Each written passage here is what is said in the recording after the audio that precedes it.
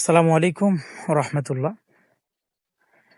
বন্ধুরা, আপনারা সবাই ফেসবুকে একটা জিনিস খুব লক্ষ্য করছেন, সবার চোখে আসছে আমি জানি, যে কফিলের ছেলেকে সান্ডা খাওয়ানোর বদলে বাংলাদেশে এক প্রবাসী ভাই উনি গুইসাপ খাওয়াই দিছে, যার কারণে সেই কফিলের ছেলে অসুস্থ।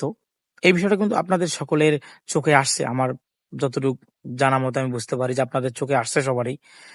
তো আসলে এই সান্ডাটা কি এবং এই গুইসাপটা কি আমাদের চেনা লাগবে। অনেকে আমরা গুইসাপ আর সান্ডাই চিনি না। আমার স্ক্রিনের ডান পাশে যেটা দেখতে পাচ্ছেন এটা হচ্ছে সান্ডা, আর আমার স্ক্রিনের বাম পাশে যেটা দেখতে পাচ্ছেন এটা হচ্ছে গুইসাপ।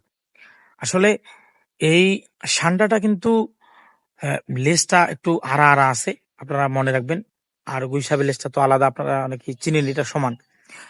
তো এই সান্ডাটা কিন্তু আল্লাহর নবীর যুগে সাহাবা কেরামের সময় আমরা হাদিস থেকে পাই যে ওই সময় কিন্তু ওটা সাহাবারা খাইতেন, সাহাবা কেরাম গুলা খাইতেন। আল্লাহ নবী ওই সময় দেখতেন, জানতেন, না করতেন না। অর্থাৎ আমরা এখান থেকে বুঝতে পারি যে আসলে এটা খাওয়া জায়েজ। আর অপরদিকে যেটা গুইসাপ, এটা অনেক মাযহাব থেকে আমরা দেখতে পাই যে ওটাকে হারাম বলছে। আবার হানাফি মাযহাবে এটাকে মাকরু বলা হয়েছে। সরাসরি হারাম বলা হয়নি, কিন্তু মাকরু বলা হয়েছে। মাকরু বলা হয়েছে মানে হারামের তুলনায়। আবার কেউ কেউ হারাম বলছে, অনেক আলেমে হারাম বলছে। তো আমরা মনে রাখবো যে এটাকে আমরা যেন আবার এই সান্ডার সাথে মিলাই না ফেলি। সান্ডা আলাদা জিনিস এবং গুইসাপ কিন্তু আলাদা জিনিস।